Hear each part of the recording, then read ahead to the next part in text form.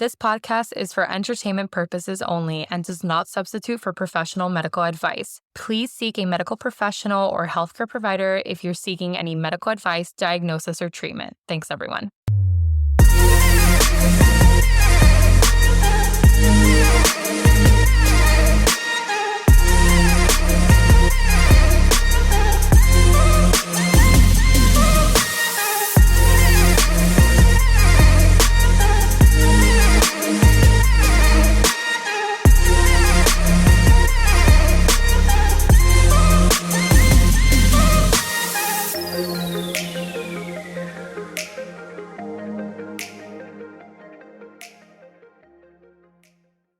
But this is the Freeman Ranch Body Farm.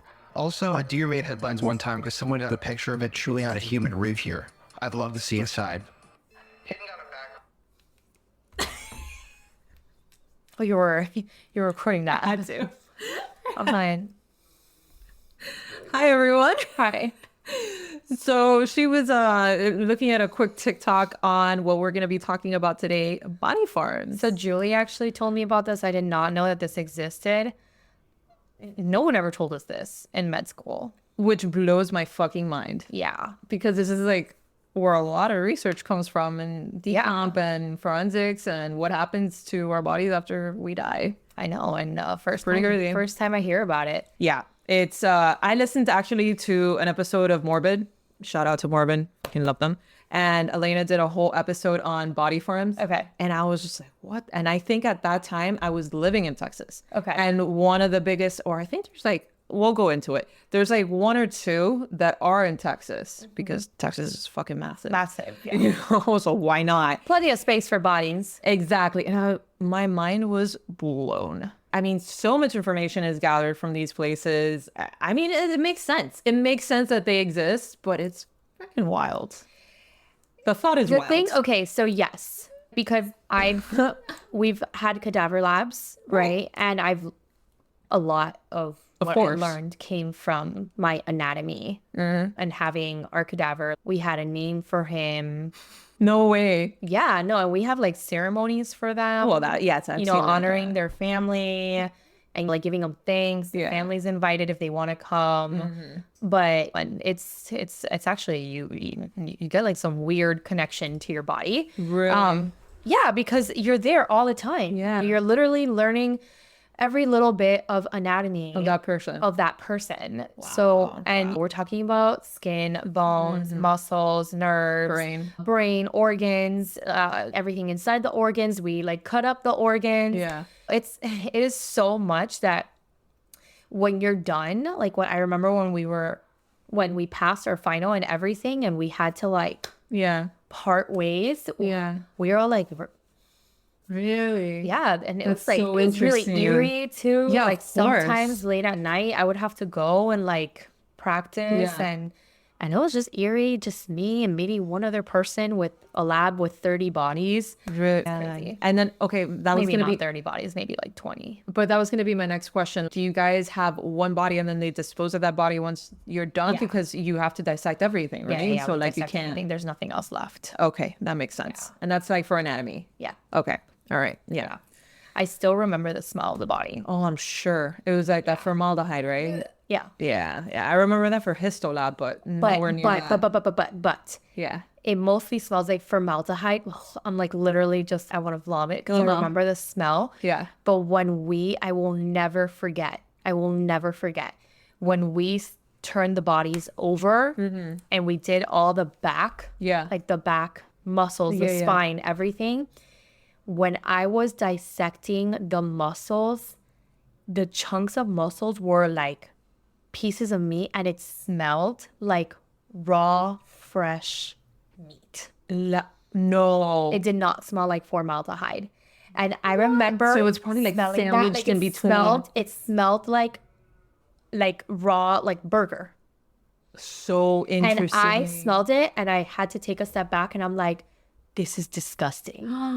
This is disgusting. It's so interesting. That's probably because it was like so well preserved between like sandwiched in between the formaldehyde or something that it kept it fresh. But it was, I'll never forget that. And I was like, you need to realize because this is a body. Because it didn't smell for a lack of a better term, like rotten. It just smelled like actual it smelled like meat. That's crazy. Like if you went to the butcher and they just put like a piece of meat like on your nose. So interesting. I literally want to throw up right now. I cannot believe like it's so crazy the things that like get stuck in your brain. Well, they say that the olfactory is like what sticks to you the most. Like exactly. You know, I mean, this is something that I did 10 years ago. It's been 10 years since I took my anatomy class, and I still remember that. Disgusting. Disgusting. All right. Back to body farms. Farms. So I was going to say, the creepy thing about body farms is not the actual reason why they're using the body farm for research purposes. Did you see the entrance of that place? That place looks eerie. Yeah. I mean, it's just like little wire fences. Freeman Ranch. Yeah. I mean, Can't they make it a little bit more like science lives here, not come at your own risk? I guess you got to think about. And the guy in the video, like, oh, there's someone that took a picture of like a deer chewing on a rib or something, and I'm just like, ew. I'm sure that was fake. Like, I mean, it's a deer. They eat grass. What the hell is it? No, yeah, I know. I didn't even think about that. But that doesn't even make any sense. Anyway, so let's get into this. What is a body farm? Now that we've kind of scared you all off into this, let's go ahead. What is it? Oh, okay. Okay. So, all right. So body farm. She's really distraught with it. I'm like thinking about it. Because like 50 bodies. No, there's a ton of them. And they have to be like specifically put somewhere because imagine that. You can't have residents living anywhere near that radius, you know? So it's in very particular places where they're positioned in. And some have like cages. The other one are just left like out in the sun. Right. The cages, so it inhibits like birds and anything, you know? But then there's other ones of, hey, how about it? Like, let's see what happens, you know? Crazy. Okay. We're going to get into that. Yeah. I knew this was going to be interesting with her. It's October, guys. It's October. Okay, we're starting off strong. All right. So what is a body farm? Yeah, so it's a research facility dedicated to observing the decomposition process under controlled conditions. While the name might sound like something out of a horror movie, which it does, and so does the actual place. It looks like a horror film. Yes. Body farms actually play a really critical role in advancing in our understanding on forensic sciences, criminal investigations as well, and then also medical research. So what exactly is a body farm? So a body farm is a specialized facility that's used for research where the process of human decomposition is studied in depth, right? So that is it. We are literally looking at how the body decomposes. So the idea is pretty simple. Bodies are donated. They're placed in an environmental space in a condition. Yeah. And then that's carefully observed as they break down. But don't let the simplicity of the concept fool you. What happens at a body farm provides really vital information that can help solve crimes, recover disaster victims, and also improve medical education. So the bodies are placed in scenarios that stimulate real-world conditions. For example, some may be left exposed to elements, while others might be buried. Others might be submerged in water or even enclosed in cars. The diversity of the conditions allows for researchers to collect the data on how different factors like weather, moisture, and insects affect the rate of and nature of the decomposition. So that's crazy. It's not just... Yeah.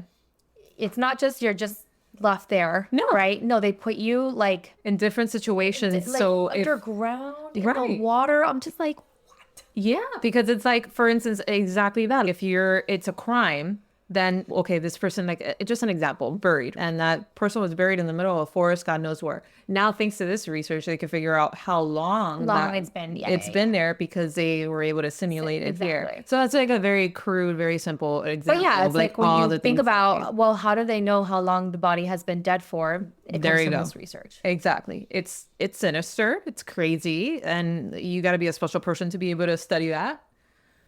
But clearly, it's important. Very interesting. Very useful.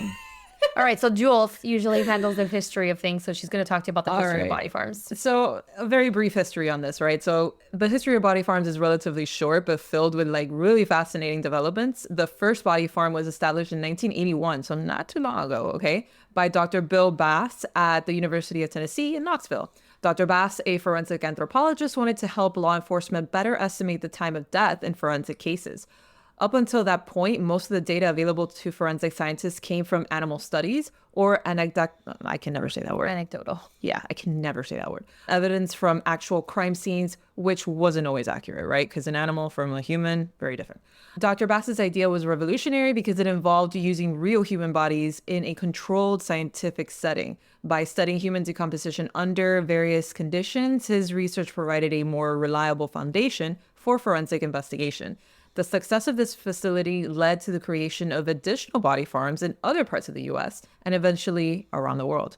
So body farms are now part of a broader movement in forensic anthropology and biology. They've contributed to the development of new forensic methods, improved accuracy in determining the time of death, and provided crucial data for disaster victim identification, which is also the other factor of it, like hurricanes, tornadoes, like all these things, like how long ago did that happen? How long has that victim been here? All those things. So let's talk about how are they set up? Yeah. How are body farms set up? So setting up a body farm is not that easy. Yeah. So first, the facility needs to be located in a secure, often remote area to prevent unauthorized access. And you also don't want to be putting this next to like residential homes. Yeah. Like, I mean, or a school or a hospital, anything. Yeah. So this is both for ethical reasons, obviously, and to protect the integrity of the research. Many body farms are located at university campuses or are affiliated with academic institutions, providing a constant supply of students and researchers to conduct the studies. Once the site is chosen, the bodies are placed in different scenarios to mimic real-world conditions. So this can include being left out in the open, buried at various depths, submerged in water, or even enclosed in vehicles or other structures. Each scenario is carefully controlled to simulate the kinds of situations forensic scientists might encounter in criminal cases or during disaster recovery. The setup includes detailed environmental monitoring systems, so researchers track variables like temperature, humidity, rainfall, insect activity. Some forms are equipped with time-lapse cameras to capture the entire decomposition process. In certain cases, bodies are even clothed or placed with personal items, mimicking a crime scene condition. Additionally, body farms often feature a variety of terrains. Some sections might be heavily forested, other might include open fields, representing different ecological settings that bodies might encounter in real world cases. So these diverse settings allow for comparative studies, helping researchers understand how a body might decompose in different environmental conditions. Tell you. Insane. Yeah, they have to cover everything. So not every possible, because that kind of would be impossible, but at least the more common ways a body would be found. Yeah. Even in a car. So weird. Yeah. So how do they study this decomposition? So decomposition process is complex and influenced by a variety of factors, as she mentioned a few of them now. At a body farm, researchers focus on understanding this process in really specific great detail, right? So typically, human decomposition is divided into several stages. So you got fresh, bloat, active, decay, advanced decay, and then you got dry remains. Each stage is marked by specific biological and chemical changes. First one, fresh stage. So this occurs immediately after death. Blood circulation and respiration cease, and the body begins to cool. So this is a process called rigor mortis. Cells in the body start to break down due to the lack of oxygen, a process known as autolysis. Next, you have the bloat stage. So gases produced by bacteria inside the body start to accumulate, causing the body to inflate. This may cause the body to appear bloated and sometimes causes the skin to rupture. And next, you have active decay. So during this stage, body tissues break down rapidly. Maggots and other insects often colonize the body, accelerating the decomposition process. The body may liquefy. And the release of gases can attract even more insects. Then you have advanced decay. Most of the soft tissue have been consumed by this point, either by bacteria or insects, or God only knows what. It depends on the environment that body was in. Could be birds, gators, name it.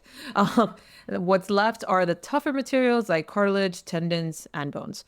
And then finally, you have dry remain stage. So at this point, only bones and possibly some hair remain. These can persist for years, depending on the environment. So by observing these stages of the body farm, researchers can determine the postmortem interval, or PMI, which is the time that has passed since death. This is crucial for forensic cases where knowing the time of death can help solve a crime. Body farms also contribute to research on environmental factors that influence decomposition, such as soil chemistry and microbial activity. I'm telling you, they take everything into account. I know. So interestingly, the insects that colonize a body, particularly blowflies, play a major role in decomposition. By studying the life cycles of these insects on body farms, forensic Entomologists, bug people, can estimate the time of death with remarkable precision. Is that not crazy? That's crazy. It's disgusting, but crazy. Like how you could, yeah. Anyway, so. I hate bugs. I hate decomposition. I can see a lot of things, but anytime that I see something with maggots, Yeah, it's gross. It's really bad. I cannot. I cannot watch. That's really bad. I cannot. Just thinking about it, I'm having a little bit of a panic attack. I've seen someone on TikTok of like No. Really? Oh yeah. No, But I it's can't. gnarly. I can't. It's really bad. Oh my God. I knew this episode was going to be very fun. Okay. Oh God. All right. So how do they get the bodies? Yeah, this is more your lane. Yeah. So the bodies used at body farms come from individuals who have chosen to donate their bodies to science. So donating a body to a body farm is similar to donating a body to medical schools or even organ transplants. The donor typically completes paperwork during their lifetime expressing their wish for their body to be used for research after death. So once the donor passes away, the body is transported to the facility where it's prepared for research. Families are often involved in the process and can sometimes choose specific conditions for the body, such as whether it would be left out in the open or buried. Consent is key. Body farms operate under strict ethical guidelines to ensure that wishes of the donor and their families are respected. The bodies that are donated to the body farms provide invaluable gift to science. Without these donations, our understanding of human decomposition and by the extension forensic sciences would be really limited.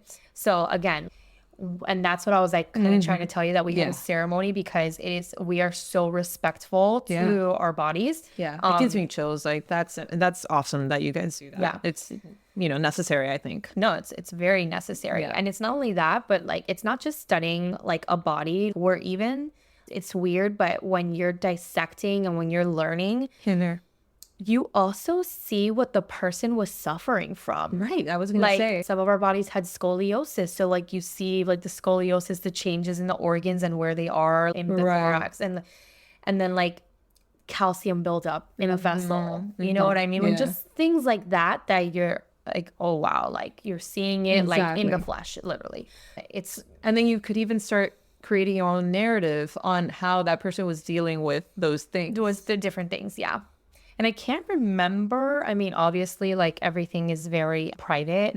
So they don't give us like the person's name or anything like that. That's why we wanted to give him and there's females too. So, and everyone got to rotate through the bodies too, because we wanted to learn from everyone. Right. But yeah, and our professors were extremely strict on respect. Yeah. So there was nothing like kind of toying around. Yeah. No. There's no room for that. Yeah. It was purely learning. Yeah. So it's actually pretty incredible. I feel like some people don't know what it feels like. Oh, like, why would you ever donate your body to be dissected? And it's like, it sounds like that. Yeah. But it's really a lot more, and you have no idea like how much you are contributing. Exactly. That's exactly the word. You're contributing to so much more. Yeah. Yeah. All right. Why are they so valuable? We were just talking about that. Okay. So body farms have proven to be essential tool for forensic scientists, law enforcement, and medical researchers. One of the primary benefits of body farms is their role in determining the time of death, especially in cases where the body is found days, weeks, or even years after their death. By analyzing the stages of decomposition, researchers can provide law enforcement with critical information for solving crimes. In addition to time of death estimation, body farms contribute to the development of forensic techniques used in mass disaster recovery. When disasters like earthquakes, plane crashes, or terrorist attacks occur, body identification becomes a priority. The data collected from body farms help forensic teams recover and identify human remains more effectively. Body farms also provide training for forensic professionals, including medical examiners, anthropologists, and crime scene investigators. They allow students to gain hands-on experience, exactly what you were saying, with human remains in a controlled environment, something that isn't always possible in real-world scenarios. So body farms aid in the study of environmental impacts on decomposition, such as the role of climate, soil type, local flora and fauna. This kind of research has applications in fields like archaeology, environmental science, and even public health, right? So where can you find these body farms? The world's first body farm is still operational, and it's the one in the University of Tennessee. But the concept has expanded. There are now several body farms located throughout the U.S., including, like we had said, the University of Tennessee Anthropological Research Facility in Knoxville, Tennessee. Then you have Texas State University Forensic Anthropology Research in San Marcos, Texas, which, crazy enough, I was super near it one day. Like, I think we were visiting a friend somewhere out there, and I'm like, oh my God, like, where is it? I didn't find it.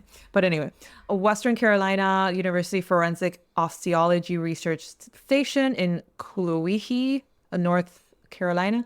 Don't kill me for that. Sorry. Cullowhee. Yeah. I don't know. Southeast Texas Applied Forensic Science Facility in Huntsville, Texas, and Colorado Mesa University Forensic Investigation Research Station, Grand Junction, Colorado. So each of these facilities are located in different environments, which allow researchers to study how various climates affect decomposition. So, for example, the hot, humid conditions of Tennessee create very different results than the arid, dry environment in Colorado. So the global expansion of body farms has also led to the establishment of facilities in countries like Australia, where tropical and desert climates provide additional composition data. And fun fact, a fascinating application of body farms is training cadaver dogs. So these highly trained dogs can detect the specific scent of human decomposition, and it's used in research and rescue missions to find bodies buried in rubble, hidden in forests, or even submerged underwater. I mean, imagine a dog finding a body submerged underwater. And they do it. No, it's kind of reason. I don't know how. Yeah, it's my again, they're trained. Yeah. So body farms provide a controlled environment where these dogs can practice finding bodies at various stages of decomposition, making them an essential tool in law enforcement. Absolutely. And then just ethical considerations. Working with human remains, especially in an experimental setting, raises significant ethical questions.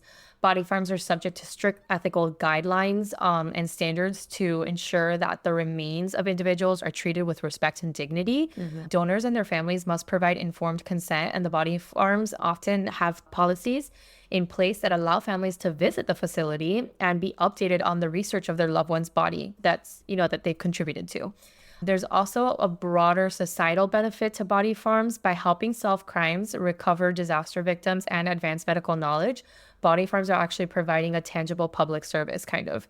So this makes the ethical considerations even more important. So balancing the need for scientific research with respect for the dead. Yep. So what do you think? I mean, I didn't know that this existed. Yeah. I did know about cadavers and bodies and learning from them, but this is very interesting. I didn't know how deep it went into it. So some being out in the open, underwater, all these things. But if you think about it, it all affects it. Yeah, it's really beneficial to have that. Just temperature. Yeah. It affects decomposition by a buckload. Yeah. Just temperature. So then, of course, if you put water or you put, rainy environment, or you put a dry, arid, desert, what's going to happen there, all those things. I just want to talk to the security guard in here. Who patrols late at night? I don't think anybody does. I don't think anybody gets near it because of a smell. No, there has to be. I don't know, man. I've seen some. But they have to be protected. No, yeah, for sure. But I want to know what security guard patrols is at nighttime and it's just totally chilling on his. And a lot of them are not very obvious, as you saw there too. Yeah. They're pretty, hidden away. They're not just body farm here. Yeah. No, I'm sure they have to be protected where they are. Yeah, because there are some weird people out there that But anyway, yeah. Body farms. Yeah, that's what it was. Very interesting stuff. I know it's a little morbid, but we are in the month of October. Welcome to our creepy series. It's a creepy series of it all. So anyways, this was, I guess, the first installment, you could say. The first episode in the creepy series. In the heebie-jeebies of October. Yeah. Hope you guys found it interesting. I sure did when I saw, again, go ahead and check out Morbid's episode on this. Elena did a hell of a job in it. That's where I learned that this even existed and took inspiration for this episode. But yeah, thank you, patrons. You guys are the real MVPs. Check out our merch. I am continuously adding more items into that. I recently did a tote bag and I'm trying to fix the cap situation. Stay tuned for that. It will come. I am determined to have a cap. So anyway, see you guys on the next one. And thank you all for everything. Bye. Like, comment, review us on all streaming platforms, Spotify, Apple Music, Amazon Music, etc.